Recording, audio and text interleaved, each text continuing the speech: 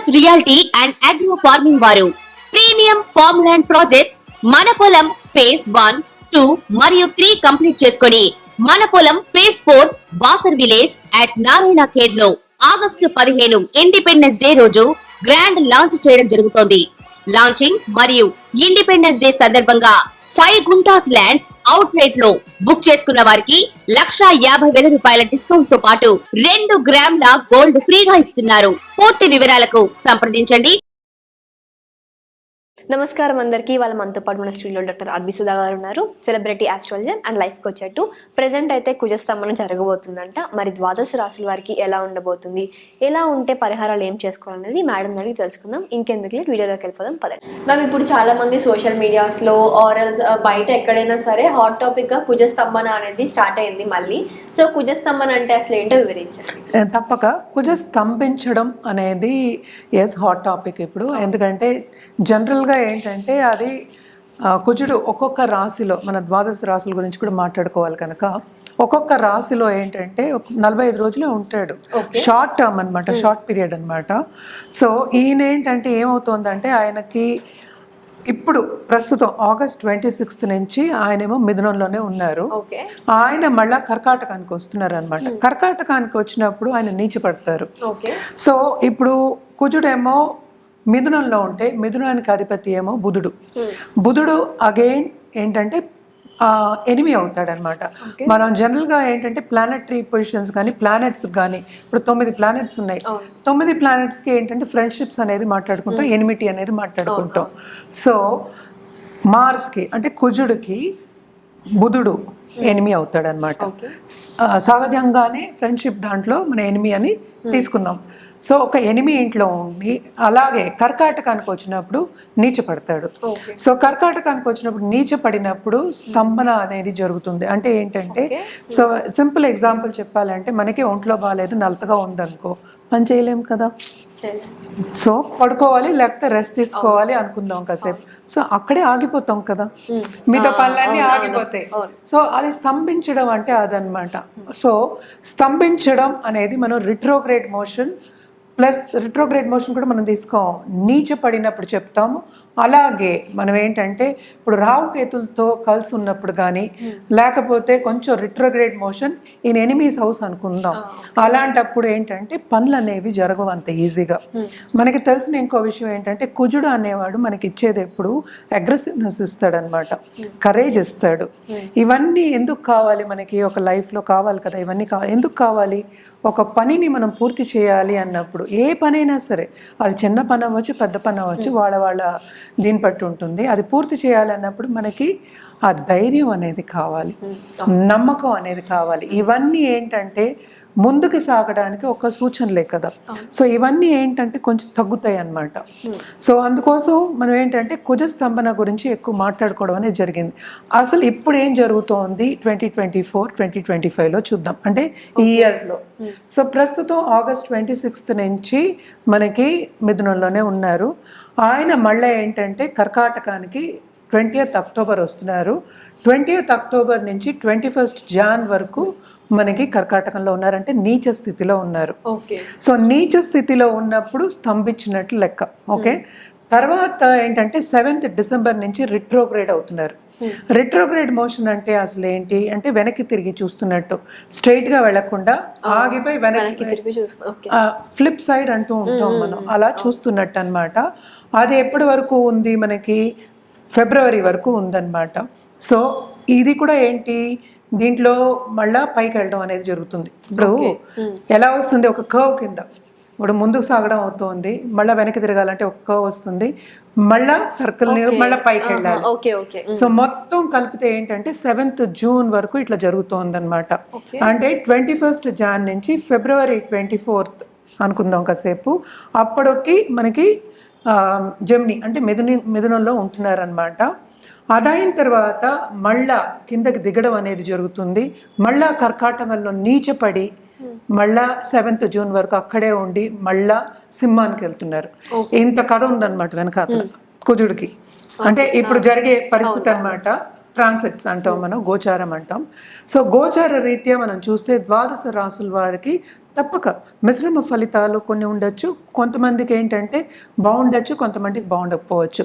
But జనరల్గా ఏంటంటే మనం చెప్పేది 8 ఇంట్లో ఉన్న అలాగే నీచ పరిస్థితిలో ఉన్నా కనుక తప్పక కొన్ని ప్రాబ్లమ్స్ అనేవి వస్తాయి. ఓకే. అలాగే కుజుడు మనం ఇంకోటి మోస్ట్ ఇంపార్టెంట్ చెప్పుకోవాల్సింది ఏంటంటే మంగళకారకుడు అంటాం. మంగళం అంటే ఎప్పుడు చెప్తాం మనం? పెళ్ళికి చెప్తాం, దాంపత్య జీవితం చెప్పుకుంటాం అన్నమాట. అలాగే ఇప్పుడు ఈ కాలంలో మనం చెప్పుకోవాలంటే ఇంటర్పర్సనల్ రిలేషన్షిప్స్. అది లేకుండా మనం పనే చేయలేము కదా అసలు. ఇంట్లో సరిగా లేకపోతే బయటకు వెళ్ళి ఎలా పని చేస్తాం? ఎవరో ఒకళ్ళు హస్బెండ్ వైఫ్ బుర్ర తింటూ ఉంటే ఎలా వెళ్ళి చేస్తాం? చేయలేము కదా. సో ఈజీగా ప్రేక్షకులకు అర్థం అవ్వాలని అలా చెప్పాను. బట్ ఎవరైనా సరే రోజు గొడవ పెట్టుకుని ఆర్గ్యుమెంట్స్ డిసగ్రిమెంట్స్ ఉన్నప్పుడు మనం వెళ్ళి చేయలేము అనమాట. పని చేయడంలో మనకి ప్రాబ్లమ్స్ వస్తుంది. అలాగే లాంగ్ టర్మ్లో మనకి యాంగ్జైటీ అనేది వస్తుంది, మెంటల్ ప్రెషర్ అనేది ఉంటుంది, పనిలో సక్రమంగా చేయలేము. సో అది కూడా ఒక అడ్డంగం కిందే మనం తీసుకోవాలి. అలా ఒకటి కాకుండా ఈయన మంగళకారకుడు నేను ఇందాక చెప్పినట్టు పెళ్ళికి కూడా మనం మోస్ట్ ఇంపార్టెంట్ మార్స్ బాగుండాలి, కుజుడు బాగుండాలి అని చెప్తాం. అలాగే హెల్త్ కూడా అంతే, బ్లడ్ రిలేటెడ్ ప్రాబ్లమ్స్కి మనం ఎక్కువ కుజుడిని చెప్పుకుంటూ ఉంటాం అనమాట. అవన్నీ రాకూడదు, హెల్త్ ప్రాబ్లమ్స్ రాకూడదు. అలాగే కెరియర్లో స్తంభన రాకూడదు. స్తంభన అంటే ఆగిపోవడం. ఆగిపోవడం అంటే మనం ఎంత ప్రయత్నించా అసలు అవ్వట్ల. సో అలాంటివన్నీ రాకూడదు అన్నప్పుడు ఏంటంటే మనం కొన్ని పరిహారాలు చేసుకోవడం అనేది వెరీ ఇంపార్టెంట్.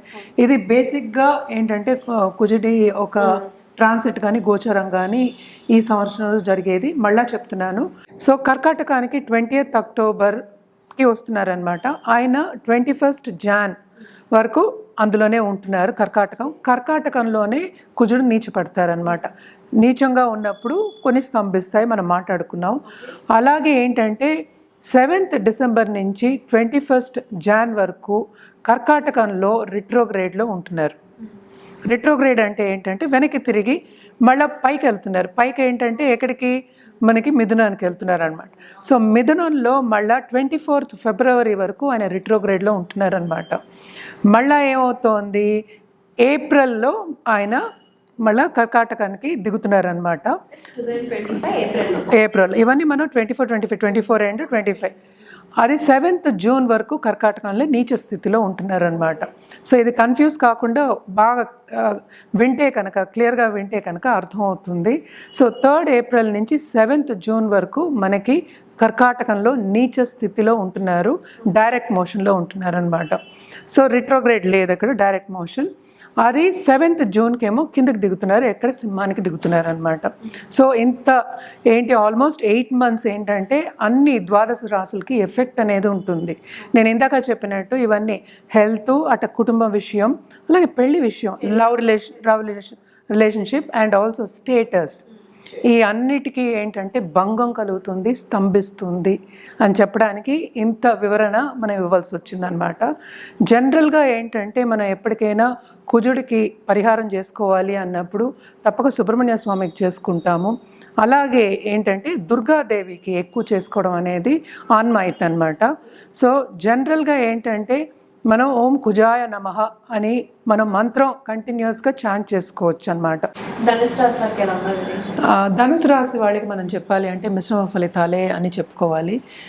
అండ్ ఆల్సో మనం చూసాము అంటే ఇక్కడ 7వ ఇంట్లోనే జరుగుతుంది. సో తప్పక వీళ్ళ పార్ట్నర్స్ కానీ, అంటే జీవిత భాగస్వామి అంటాము, వాళ్ళకి కానీ, అండ్ ఆల్సో పార్ట్నర్షిప్ బిజినెస్లో ఉన్న వాళ్ళకి కానీ తప్పక ఎడబాటు అనేది కామన్.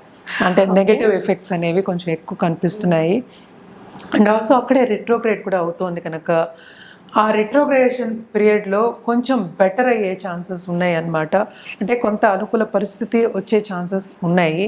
సో ఏంటంటే ఇది 2 సార్లు 3 సార్లు ఇలా జరుగుతోంది కనుక మిశ్రమ ఫలితాలని మనం ఘోషిస్తున్నాయని కామన్గా చెప్పేస్తాము. సో దేంట్లో వీళ్ళు కేర్ఫుల్గా ఉండాలి అంటే మోస్ట్ ఇంపార్టెంట్, నోటి దుడుసు ఉండకూడదు, ఈగో క్లాషెస్ అనేవి ఎక్కువ అవుతాయి. అగ్రెసివ్ నేచర్ ఉన్నప్పటికీ ఏమవుతుందంటే మనం ముందుకెళ్ళిపోతాం, దూసుకెళ్ళిపోతాం, అగ్రెసివ్గా వెళ్ళిపోతాం అనుకుంటా, అంటే చురుగ్గా పనిచేద్దాం అని వాళ్ళు అనుకుంటారు, అది యువతల వాళ్ళకి నచ్చపోవచ్చు కదా. సో ఇవన్నీ జాగ్రత్తగా మసులుకోవాలి, ఇంటర్పర్సనల్ రిలేషన్షిప్స్ దగ్గర ధ్యాస పెట్టాలి వీళ్ళు అనేది మోస్ట్ ఇంపార్టెంట్ అనమాట. అలాగే మనం చూసాము అంటే ఈ రాశిలో ఉన్న వాళ్ళు కొత్తగా పెళ్లి కావాలన్న వాళ్ళకి తప్పక పెళ్ళి అయ్యే ఛాన్సెస్ ఉన్నాయి, మంచి పార్ట్నర్ వచ్చే ఛాన్సెస్ కూడా కనిపిస్తున్నాయి. కానీ ఏంటంటే ఎప్పుడు అనేది ఒక్కొక్కళ్ళ వ్యక్తిగత జాతకం మీద ఆధారపడి ఉంటుంది. అలాగే ఏంటంటే తప్పక వీళ్ళకి ప్రముఖ వ్యక్తులతో అనుబంధం అనేది ఏర్పడుతుంది. అలాగే ఆపర్చునిటీస్ కూడా వస్తాయి. ఎప్పుడు అంటే మేబీ నెక్స్ట్ ఇయర్ మన ఫిబ్రవరిలో అనుకుందాము, ఫిబ్రవరి నుంచి ఇంకా బాగుంటుంది, కొంతవరకైనా బాగుంటుందని చెప్పుకోవాలన్నమాట.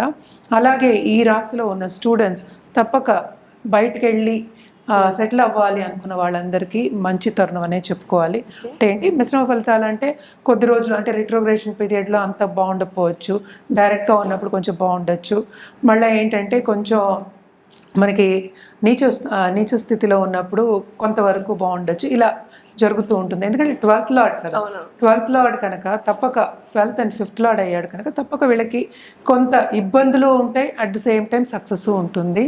రోజువారీ జీవితానికి వాళ్ళకి కావాల్సిన ఖర్చుకి మాత్రం తప్పక అందుబాటులో డబ్బు కానీ సంపద కానీ అందుబాటులో ఉంటుంది. అలాగే వాళ్ళు ఇన్వెస్ట్మెంట్ చేసుకోవాలి, ఖరీదైన వస్తువులు కొనుక్కోవాలి అన్నప్పుడు మాత్రం అందుబాటులో ఉంటుంది. కానీ ఖర్చు అనేది కూడా వీళ్ళకి కూడా చాలా అధికం కనిపిస్తోంది కనుక తప్పక ఫైనాన్షియల్ ప్లానింగ్ చేసుకోవడం అనేది వెరీ ఇంపార్టెంట్ అనమాట. సో ఫైనాన్షియల్ ప్లానింగ్ చేసుకున్నా కూడా సేవింగ్స్ అనేది వీళ్ళకి తగ్గుతుంది. తప్పక స్టేటస్లో కొంత జగదానం అనేది ఉంటుందన్నమాట. సో వీళ్ళు కూడా పరిహారాలు చేసుకుంటే కొంతవరకు నెగిటివ్ ఎఫెక్ట్స్ అనేవి తగ్గి పాజిటివ్ ఎఫెక్ట్స్ అనేవి మనకు కనిపిస్తాయి లాంగ్ టర్మ్లో. మనం మాట్లాడుకునేది 8 నెలల వరకే. సో తప్పక ఏంటంటే ఇవన్నీ చేసుకుంటూ ఉంటే, పరిహారాలు చేసుకుంటూ ఉంటే చాలా బాగుంటుంది. వీళ్ళు మాత్రం ఏంటంటే ఓం గురువే నమః లేకపోతే శివాయ నమః అని కూడా చేయొచ్చు, రోజు ప్రార్థన చేసుకోవచ్చు. కానీ థర్స్డే చేసుకోవడం అనేది వెరీ ఇంపార్టెంట్. అలాగే గురువారం రోజు ఏ గురువుకైనా మనం కొలవడం అనేది ఇంపార్టెంట్. అన్ని గ్రహాలకి మనం కొలవాలి అంటే నవగ్రహ స్తోత్రం గురువారం చదువుకోవడం మంచిది. అలాగే దక్షిణామూర్తి స్తోత్రం చదువుకోవడం చాలా మంచిదన్నమాట.